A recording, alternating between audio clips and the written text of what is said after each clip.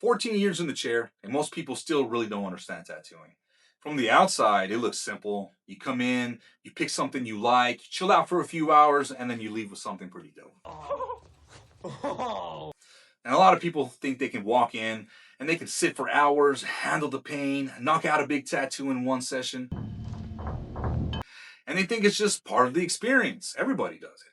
But I tell them, hey, let me know when you're ready to throw punch me. And every time they laugh and they say, no, man, no, I'm good, bro. I'm good. And they feel confident in the beginning. And everything feels manageable when you're fresh. Then the needle touches the skin and everything starts to become real.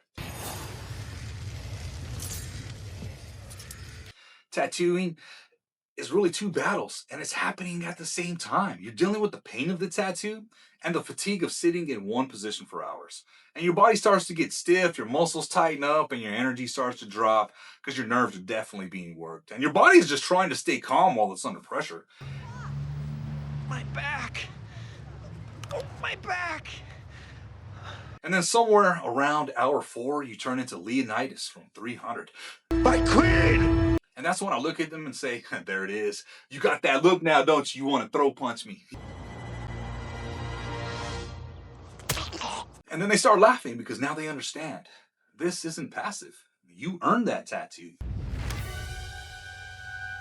And it takes focus to stay still. It takes discipline to manage the discomfort. And it takes mental effort to keep pushing when your body wants to break.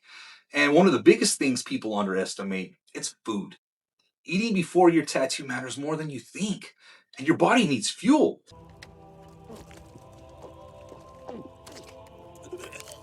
If you come in on an empty stomach, your blood sugar drops faster, and that's when nausea kicks in, and that's when people start to shake. That's when you start feeling lightheaded, or you can even pass out.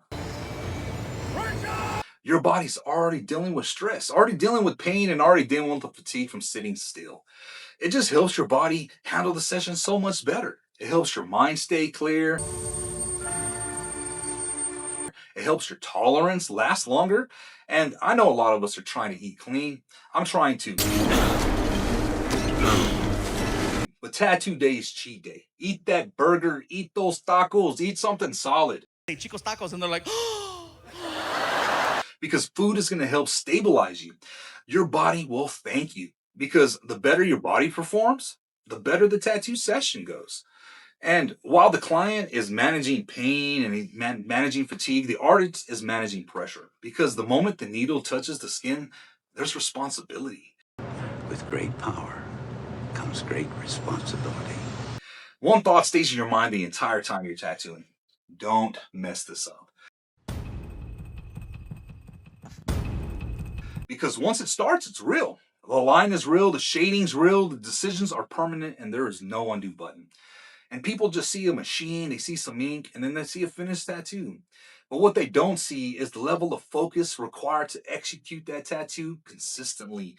And the pressure to keep the line solid, pressure to make sure the design flows with the body, pressure to make sure everything reads correctly for years from now, and pressure to maintain control while the skin is being worked. Because tattooing isn't just creativity, it's pressure with everything else.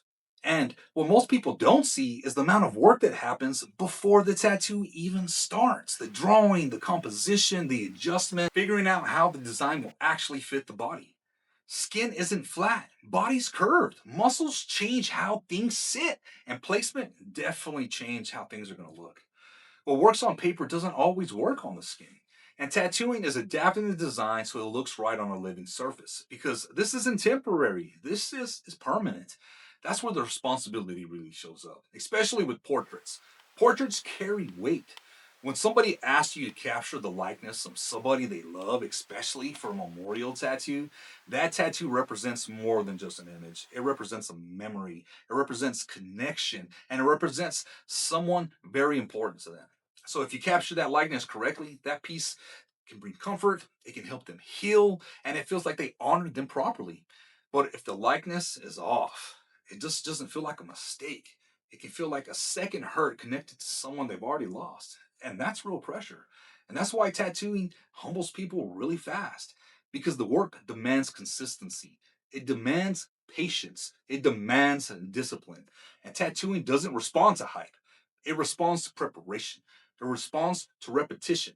And it responds to the skill developed over time. Because it's one thing to tattoo, but it's a whole other thing to do it well and do it consistently under pressure. That takes years, years of refining technique, years of learning how the skin's going to react, how to make better decisions. Under every solid tattoo, there's focus, there's responsibility, and there's pressure, there's precision. And that's one of the first things 14 years in the chair teaches you. Most people don't really understand tattooing.